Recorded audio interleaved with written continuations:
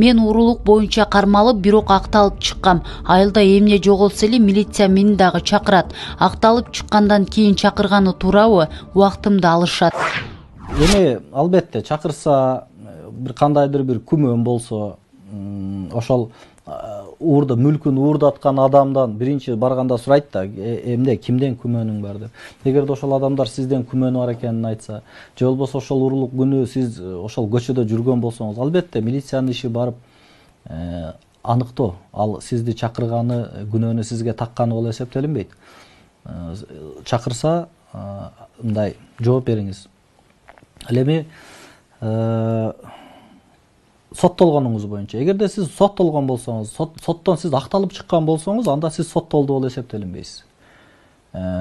Сиздин баягы соттуулугуңуз жок. Кыргыз Республикасынын Конституциясында, Кылмыш жаза кодексинде күнөөсүздүк унары деген берени бар. Ал жерде так жазылып турат. Эч ким мыйзамдуу күчүнө кирген соттун өкүмү болмоюнча, айыптоо өкүмү болмоюнча күнөөлүү деп эсептелинбейт. Демек, сиз күнөөлүү деп эсептелинген эмессиз. Анткени сиз соттун актоо өкүмү менен күнөөсү жок экендигине байланыштуу. Ошо сизге тагылган кылмыштын курамы жок болгонуна байланыштуу сиз соттон акталгансыз.